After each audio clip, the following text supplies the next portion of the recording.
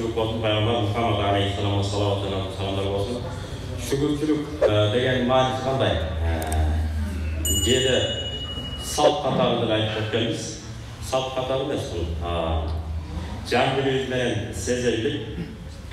Çında öyle Kudai Taala maga qanday ийгиликтер берсе, ошого şükür келтирип атам деп, can dilimiz menen, jon terimiz menen деп коет го.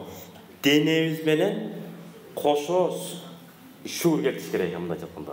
Şükür keltirip, 5 бал намаз окуп, adaldı adal, haramdı haram деп ажырата билип, берген ийгиликтерине şükür keltirip, кээде ар кандай кыйынчылыктар болуп калат, аларга сабыр кылып, мен Алла Тааланын ыраазылыгына ээ болуп атат окшойм деп şükür keltiriyor.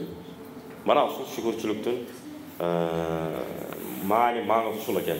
Анан ооз менен алхамдулилlah şükür деп коюп эске чыгып алып наалы берсек, балаңызга деле наалып атасыз, ушундан көрө төрөлбөй койсоң болмок деп, аялыңызга да наалып атасыз, ушундан көрө сени албай эле койсоң болмок экен башында, жаңылып калып турмун деп. Же аялыңыз сизге наалып, şu sağa tiye men akmakım, baya birinci gelgende juuçu çıkan oşa böyle tiyip alsam bolmok eкен деп. Misalda şu siyahtı tavla öyle. Oşonduktan qanday gana awal kırda bolbosun şükür keltiriyor. Antkeni Peygamber Muhammed Aleyhisselam aytat, momin üçün bari birde ele. Qanday dese, sebebi daima utuşta olur. Anın manisi qanday? Jirgalçılıklar gelse şükür keltiret. Kudayıma şükür. Misal sizge bilim berişi mümkün, önör berişi mümkün, talant berişi mümkün. Anı katıp jatып alбай, al işte kaynayt da monday. Kaynaganda siz kızmat kılasız. Balkim sizin oşol önörüңүз, talantыңыз mamleketlik dengelde. Mamleketlik dengelde olanda demek siz çoğu masrafta balkim dünyölük dengelde. Oşol jaka çıkıp alып önörüңүздү, talantыңызды Allah'ın razılığı üçün dep ne kılasız? Arnaysiz. Kaptaldağı tuşlarına karabay эле болуш керек ага. Себеби дегенде сизге Кудай берген талант, өнөр, ийлик сизди жаткырбайт, жөн жаткырбайт. Ушундай ичиңизде оргуштанып кайнап турат. Ошону өйдө көздө өстүрүш керек. Мына ошонун баарына эмне кыласыз? Шүгүр кыласыз. Ал эми бирөөнүн атасы өтүп кетиши мүмкүн, бирөөнүн энеси өтүп кетиши мүмкүн. Же болбосо ушунчалык өнөр илимди алгансыз, эми кызмат кылайын десеңиз эле ар кандай тоскоолдуктар болуп калат. Ошондо жинденип кетпей, сабыр кылып, эми Кудайым насип кылса bir günü жолу açılıp kalar, ağa çeyin günümdük hareketi menen bola bereyim dep sabır kılas. Mana ошондуктан musulman daima utuşta olur dep Peygamberimiz bekem açık hadiste aytılgan, sahih hadiste aytkan. Jana sahih degen bilesizler, kemçilikten aruu, taza degen söz. Ötkөндө ayallar temaсын ulantып atkanбыз, ошол теманы дагы уланталы. عن أبي هريرة رضي الله عنه قال قال رسول الله صلى الله عليه وسلم استوصوا بالنساء خيرا. Ayallarga daima жақсылық жөнүндө осият кыла бергиле. Демек сиz өмүр бою аялдарга жақсылық жөнүндө айта берет экенсиз. Мисалы аялдар кээде 5-6 бала төрөгөндөн кийин бийлик мага тийди окшойт. Эми каалаганымды жасай берсем болот. Күйөөм мага башый бергенде кимге башый мегеле? Мен айтканды кылбаганда ким айтканын кылмагыла. Дегенде bir сезимдерге алдырып коюшу мүмкүн. Же болбосо bir Кудай Таала сизге дөөлөттү берген, ошол дөөлөттү сонун кармап эле кетип атасыз. Кээде аял киши ошону эмне кылып калышы мүмкүн, көтөрө албай кетиши мүмкүн. Билбейм, аны көрөбүз. Менин деле колум бошобойт деп биз сүйлөгөндөрү такыр башкача болуп калышы мүмкүн. Ошол кезде эркек киши эмне керек экен? Алтыным, берекем, күчүгүм, да эмне деген сөздөр бар кыскасы. Ар ким өзүнүн аялын кантип эркелеткенди билет. Ошол сөздөр менен эркелетип, уят болот. Антип баягындай уят болуп калбайлы, шариаттагы каршы келген адил акылак нерселерди бир жасап албайлы деп мындай насаат кылыш керек. Ошого Пайгамбар эмне деген? Аялдарга жалаң жакшылык менен осиятыңарды айта бергиле деп. Өкпө жүрөгүң жылып алам, мына жыга чабам андай эмес. Жакшылык менен, жалаң гана жакшылык менен. Келе бири-бирибизди кейитпейли. Bir айылдын калыстыгынан тайбаган Kadırman kariyası, kadırman enesi olur.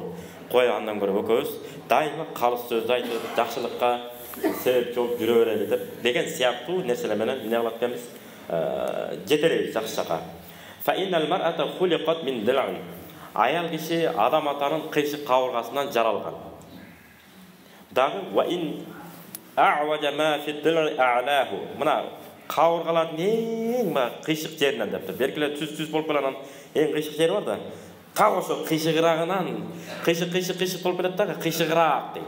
Ошо эң кыйшык жагынан не болгон, жаралган. Fa in zahabta tuqimahu kasartahu. Эгерде бир заматта түздөйм десеңиз, аны сындырып аласыз деп. Көрсөп, аягы сын. Өпкө жүрөгүңдү аралаштыра төбөм деп туруп тээ берип, же болбосо кайын өзүңүздүн ата-энеңиздин бир туугандарынын көзүнчө дайыма эле басынтып, кемсинтип сындыра берсеңиз, эже карындаштарыңызга, туугандарыңызга ит талагандагыларга талатып койсоңуз, мисал да эми ушундай. Негизи туура эмес да, ошондой сал санааны карманышыбыз керек, бирок шарият кыйбаган жолдо. Кээ бир аймактарда бар, билесиздер. Келин келгенде кул келди, биздин үйгө күн келди дегенде эле кабыл алат. Кулдун жеңиш болоту күн да. Ошо күн келди дегенде эле басмырлап, тиягынан биягынан эзгилеп, анын кереги жок. Баягы келген келинди жашынакай кылып асырабыз керек. Болгону кээ бирлер бар, ашырып да жиберет. Ал кандай ашырганы? Биздин күйөө балабыз силерге күйөө бала эмеле бала болуп калсын. Биздин келинибиз силерге бизге келин эмеле кыз болуп калсын. Эми кантип эле ошентет? Мисалы, үйдөгү жеңелерибиз кантип эле бизге эже болуп калсын? Же болбосо кайын журтка бар. Эми мен атым Бакыт да. Бакыт жезе, сизди жезе дебей эле, аке эле же болсо байке эле, ага эле деп айталычы. Анткени бизге жакын болуп калдыңыз десе, мага деле жагымсыз болот да. Ага деп боло турган инилерим толтур ошолор айтат. Жезе деген өзүнчө сыймык, туурабы? Күйөө бала деген өзүнчө сыймык. Тайке деген өзүнчө сыймык. Ар бир нерсе өзүнүн орду менен колдонуш керек. Ошондуктан бул бизде өтө сонун калыптанып, сиңип, татынакай орунга түшүп калган. Ошондуктан өмүр бою ата-бабаларыбызга күнү түнү Куран окуп, жакшылык кылып, бата тилесек да аздык кылат. Себеби дайым айтып келебиз, татынакай кыргыз мамлекетибиз бар. Кыргызстан эмес, Кыргыз Республикасы. Кыргыз Республикасы деген сонун татынакай мамлекетибиз бар.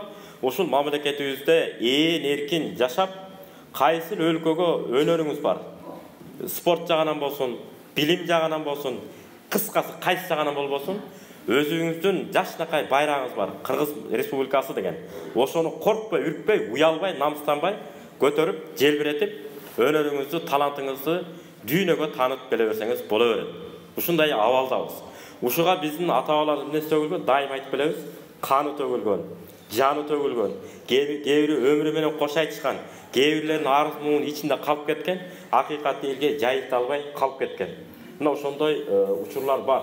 Ошондуктан биз кече эле ислам динине келе калгандай болбой, ата-бабаларыбыздан бери келатат биз ислам динине. Канча кылым болду? 10 кылымдан ашып кетти. Ушулардын бардыгы аталарыбыздан балдарына келатат. Ушул багытты бекем карманып, шүгүр келтирген ушул болуш керек. Кийинки муундарга мамлекеттей мамиле кылганды, улууларга улуудай, кичүүлөргө кичүүдөй, тең туштарга тең туштай мамиле жасаганды үйрөтө билүү. Тагыраак айтканда, адам болуп төрөлгөн соң адам бойдон калышың керек дегенди балдарыбызга үйрөтүп алсак, Кудайдын берген. Биз адам болуп төрөлдүк да. Демек, адам бойдон калышыбыз керек. Жана Кудайым сизге 5 бала бердиби, 10 бала бердиби? Bir баласына сиз коркпой, эртең жашың 80-ге 90-га чыкканда ушул бала мени карай алат деп өзүңүзгө өзүңүз кепилдик бере аласызбы, бере албайсызбы? Азыркы учурда кээ бир аталар корко баштады. Кокуу бир балам Россияга, бир балам Европага, бир балам дагы жака кетип калса, мен жалгыз калып каламбы деген ойлор пайда болуп баштады кээ биринде. Ата жөн отурсаңыз, сүйлөбөй отуруңуз, сен мени уят кылып атасыз деген муундар чыга баштады азыр. Эмнеге? Жанаан үйрөнүп алган. Сөз эркиндиги, бул менин эркиндигим. Каалаганым сүйлөйм деп. Ошол сөз эркиндиги да керек, туура. Бирок ошол эле учурда адамдарды кемситип албашыбыз керек. Атаңызды кемситпеңиз, апаңызды кемситпеңиз, улуу муундарды кемситпеңиз. Буга чейин биздин ата-бабаларыбыз кандай гана эмгектерди кылып кетти? Ошолордун жакшы жагын гана сүйлөшүбүз керек. Кетирген кемчиликтерин сүйлөбөйбүз, алар кетирген кемчиликтерди биз аткарат экенбиз, мындайча айтканда.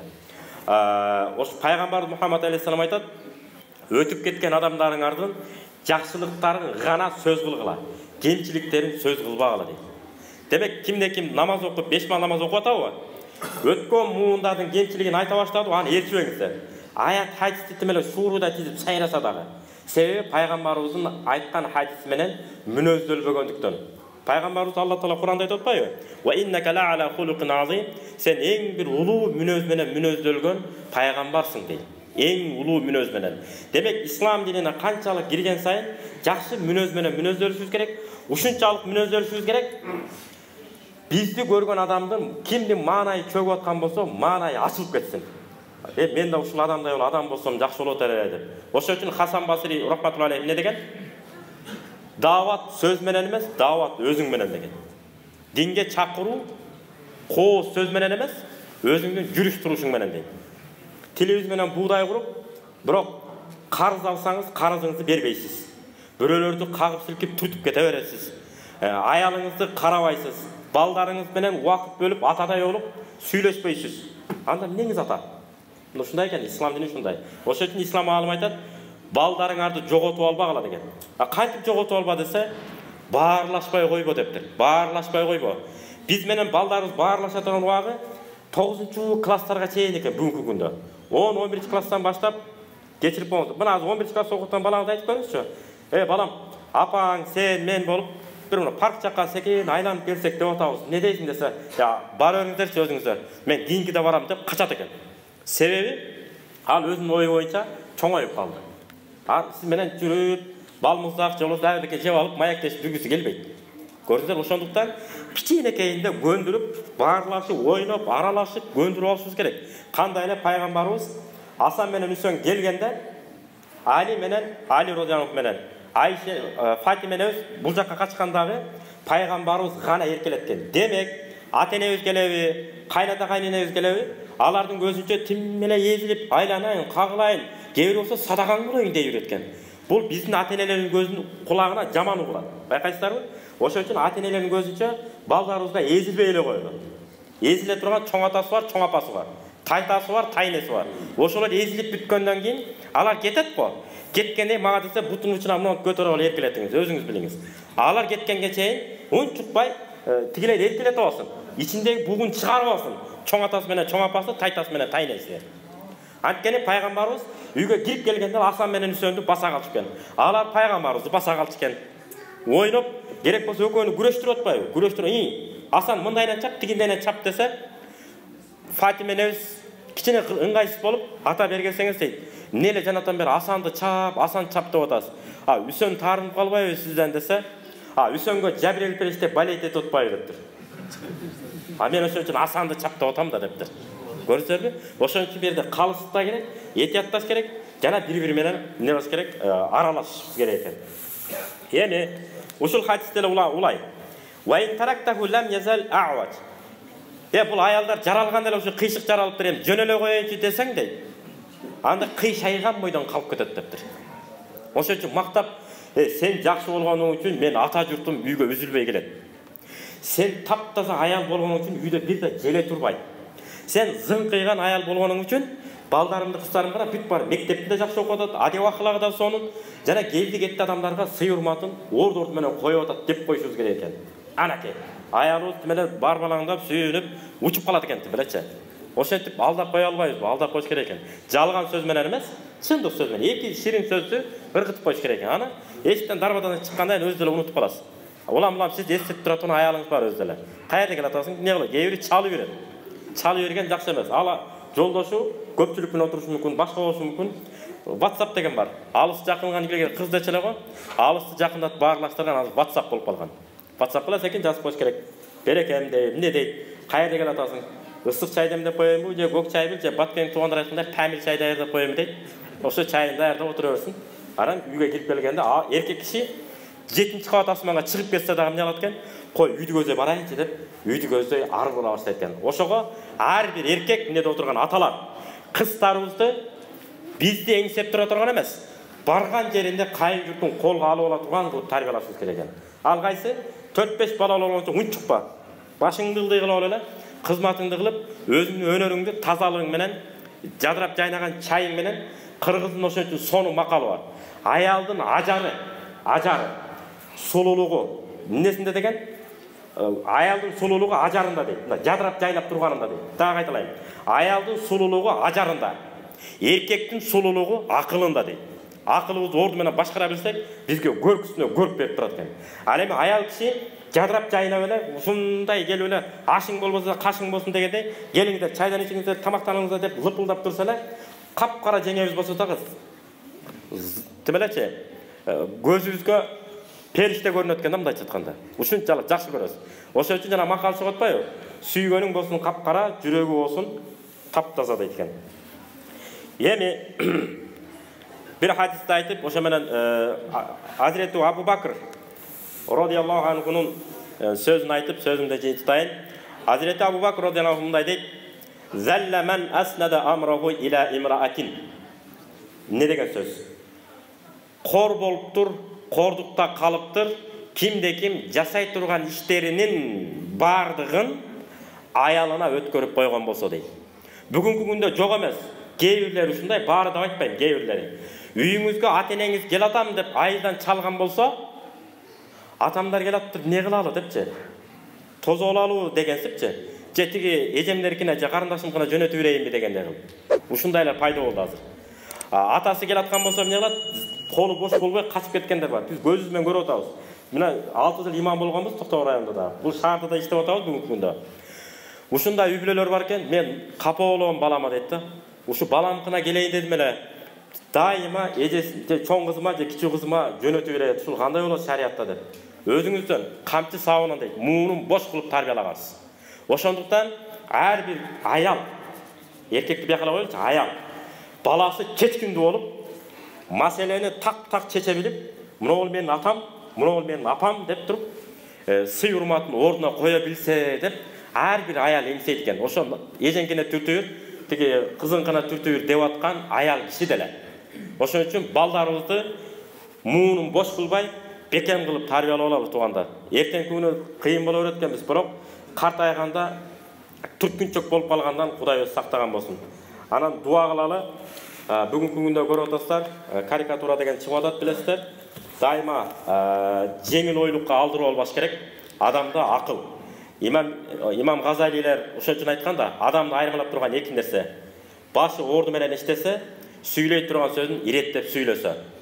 Анан кээде сонун кырааты менен сүйлөгөн адамдарга дагы сын пикир айткандар көп болуп кетет кээде. Ошентип сиз биринчи сүйлөй аласызбы же сүйлөй албайсызбы? Маселе ушунда. Ошо сөздү кынап сүйлөгөн кишилер дагы адабий чыгарма китептерди көп окуган адамдар болот. Ошон үчүн далилдеп кетейин. Адамдын маданияты, мына коомчулуктун маданияты, химия, физика тиги буду айтпаптыр, адабият дептир. Ошон үчүн адабият китептерди көп окусак, пайгамбарыбыздын сөздөрүн, Курандагы айтылган керемет аяттарга да терең ой жүгүртөт экенбиз. Эгерде адабий китептерди окубасак, двоечник болсок, динде дагы двоечник менен калып кетет экенбиз. Ошондуктан адабий китептерди көбүрөөк окуйлу. Ошон үчүн пайгамбарыбыз не деген? Алла Таала Куранда не деген? Дин душмандарына сөгөрбөгөн ашатып. Эмне үчүн? Силерди сөгөм деп мени сөгө албасын деген аят бар. Бул пайгамбарыбыздын хадис эмес. Эчбат башпат сөз эмес, Алла Тааланын өзүнүн сөзү бул. Ошондуктан пайгамбарыбыз мечитке келип бирөөгө зара кылып берген адам не кылган? Жоңгоглу, бирөө парк чабам дегенде, жоңгоглу деп берген. Бул жерге биз сыйынабыз, Кудайга сыйынабыз, мечит деген болот. Биз бу жерге сыйынабыз, тазалык керек. Зара кылган кезде эч келе зара кылып өрбөйт белең, сага жарашпайт. Сен адам болуп жаралган соң дегенде, уялып кетип, пайгамбар ушундай болсо мен динди кабыл алдым, динди кабыл алып өтпөй. Ошондуктан Алла Таала баарыбызга амин, оомат берсин. Эркек болуп жаралган соң эркектей болуп жүрүүнү ар бирибизге насип кылган болсун. Курандагы айткан аяттай ар-rijālu qawwamūna 'alan-nisā, эркектер аялдар сүйөнүп, жөлөнүп жашай турган түркүк кылып жараттым дейт. Ортосу курт жеген көңдөй болуп калган түркүк эмес, бетондон дагы катуу болгон түркүк эркек болууну ар бирибизге насип кылган болсун. Жана кыямат күнү ата-бабаларыбыз биз менен сыймыктанган, пайгамбарыбыздын татыктуу үммөтү боло турган, сыймыктанган мыкты эркектерден болуп, аркабызда атыбызды аламга, даңкыбызды алайга, мамлекетибиздин атын аламга, даңкын далага жеткире турган илимдүү, билимдүү, кайраттуу, өнөрлүү урпактарды тарбиялоону ар бирибизге насип кылган болсун. Алхамдулиллахи раббил аламин. Аллаху акбар. Ассаламу алейкум ва рахматуллах.